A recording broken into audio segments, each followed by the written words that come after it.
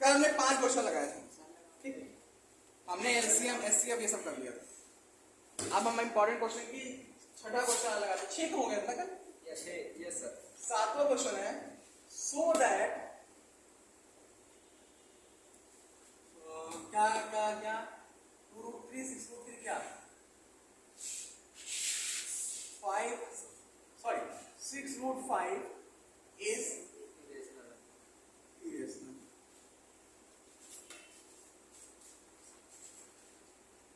ठीक है, बेचारे एक गए पसीने।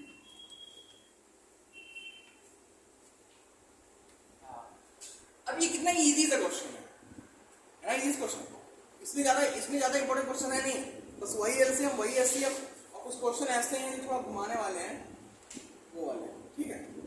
आइए शुरू करते हैं। अब यहाँ पे हमको सबसे पहले इसको क्या मानना है, जैसे पढ़ाया था आपको, लेट 6√5 इज अ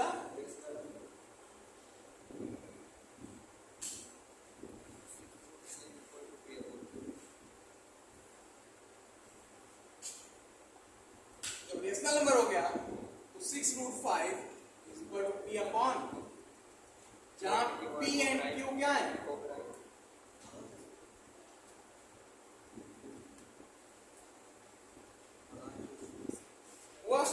जब को प्राइम है इनका, इसके अलावा कोई एचसीएफ होगा नहीं।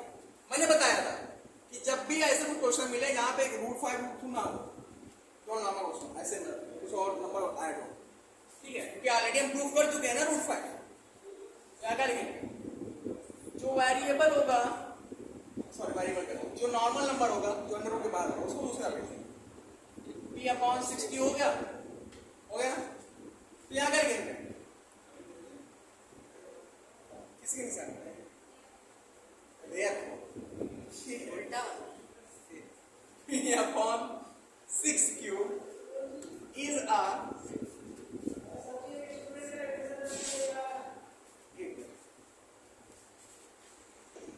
देखो सेंस बोलो यार,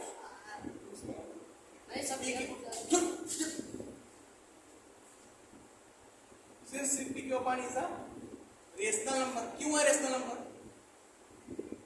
क्यों है rational number, because p and q is को प्राइम, और को प्राइम नंबर जहां होता है को प्राइम किसमें होता है, रेशनल में तो होता है भैया, होता है ना। लेकिन बट जहां बट आया वहां काम करा, ये लेकिन ये जीवन को बर्बाद कर रखा है। लेकिन को सही करने के लिए लोग अपने पसीने लोग कितना आ रहा है इसको, क्या खाए भैया, देखो but √5 is irrational, that's why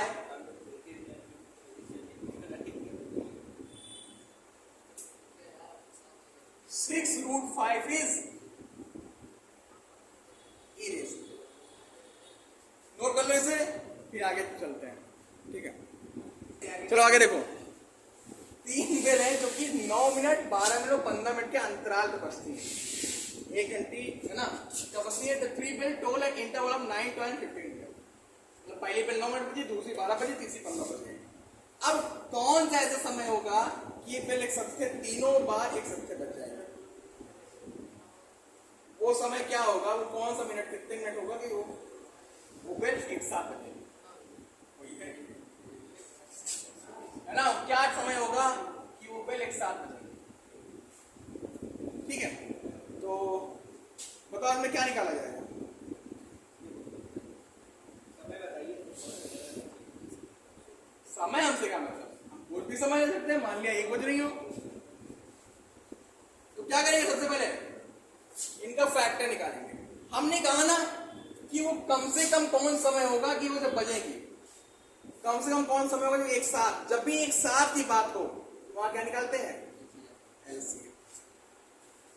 क्या निकालेंगे, एलसीएम ऑफ 9, 12 एंड 15 कैसे निकलेगा, फैक्टर आंसर आएगा 2 घंटा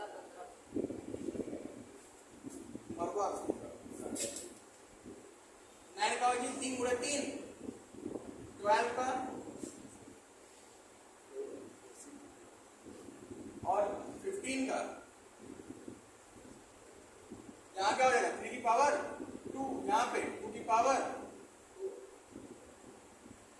पावर यहाँ पे, यहाँ 2 नहीं है, 2 की पावर 0, यहाँ 5 नहीं है, 5 की पावर 0, यहाँ क्या नहीं है, कुछ वो नहीं। एलसीएम मतलब जो दोनों मिले उसका सबसे बड़ा पावर, 2 की पावर 2 मिल गया, 3 की पावर 2 मिल गया, 5 की पावर 1 मिल गया। 4 इंटू 9 इंटू 5, 936 पंचे 180 मिनट, यानी 3 घंटे बाद वो एक साथ फिर बजेंगे, 3 घंटे बाद। समझ गए? आप नोट कर लो इसको, फिर आगे बताता हूँ अगला क्वेश्चन। अब अगला क्वेश्चन है हमारा कि if two positive integers x and y are expressible in the term of x is equal to p square q and y is equal to p, मतलब कि x की वैल्यू क्या दे रखी है भाई, p square q। चल काहे नहीं भाई, सर ये लीजिए,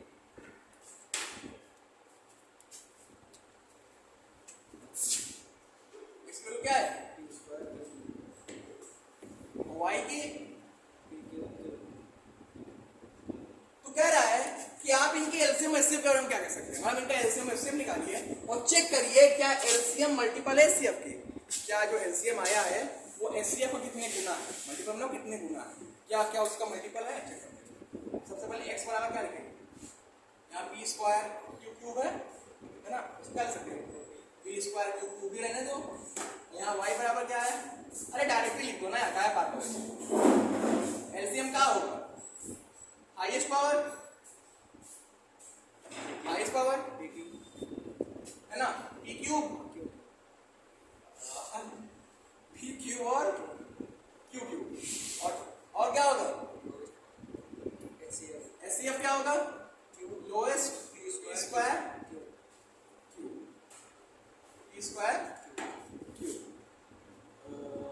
कंफर्म हो, मैं क्वेश्चन देख चेक करने दो।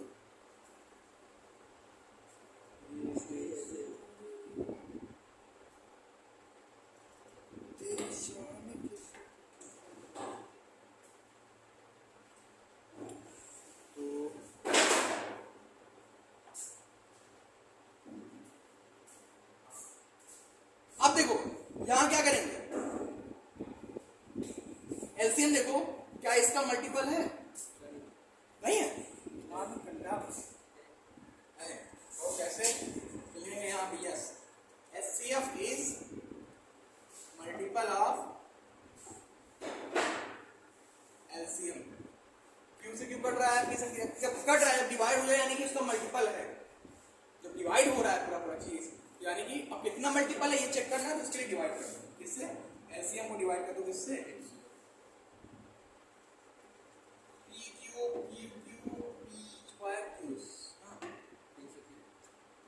कितना बचा, p q स्क्वायर बचा, यानी इतना मल्टीपल है किसका, एलसीएम जो है वो एचसीएफ का इतना मल्टीपल है। अगर एचसीएफ में हम इतना मल्टीप्लाई करते हैं तो एलसीएम मिल जाएगा, मिलेगा नहीं मिलेगा, इसीलिए ये तो क्वेश्चन ध्यान रखे हो, ऐसे क्वेश्चन पूछता है, ठीक है। अब नोट कर लो, फिर आगे बताते हैं। देखो बेटा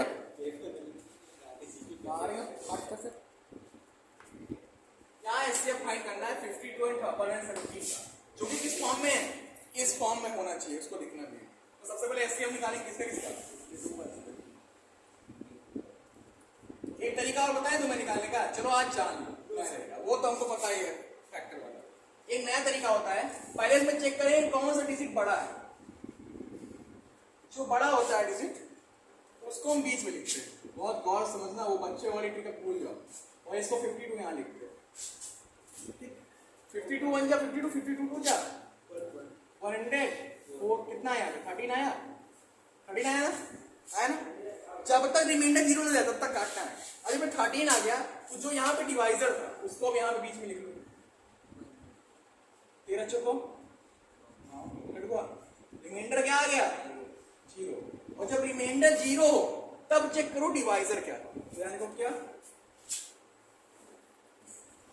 ये टॉपिक तुम लोग से काट दिया गया है निकालने का तरीका, लेकिन याद जान लो, व्हेन रिमाइंडर इज 0,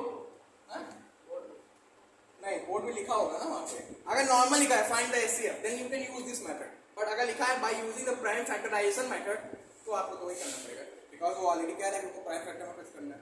समझ गए? तो इसी के लिए देखो यहाँ पे वन रिमाइंडर इज, यहाँ पे रिमाइंडर 0 है, तब डिवाइजर क्या है? डिवाइजर इज 13 है ना, इसलिए 13 इज HCF, 13 इज सिंपल है, सिंपल।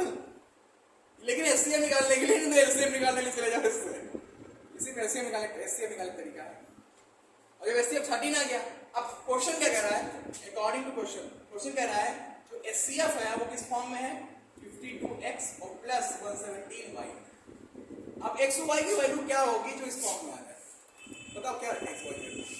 y को मान ही रखते हैं क्योंकि y की वैल्यू बड़ी है, ज्यादा दिमाग नहीं लगाते, है ना? तो क्या रखेंगे?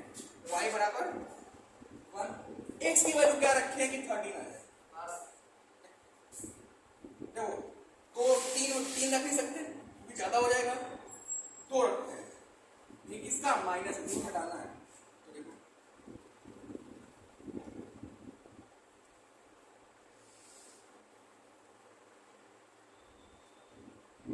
-104 प्लस 117 हुआ 117 में 140 कितना बचा?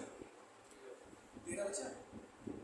तो जब यहाँ लिख देंगे कि x बराबर जब कितना हो -2, y बराबर जब 1 हो, तो ये वाला HCF जो फंडा है इसका HCF उसके बराबर आएगा, ठीक है? x और y को निकालने थे, x और y को निकाल, क्लियर? कोई डाउट? कह रहा है ना फाइंड द HCF ऑफ इतना इतना कि जो कि इसके फॉर्म में हो, तो इससे निकाले, इसके फॉर्म में ये आ गया।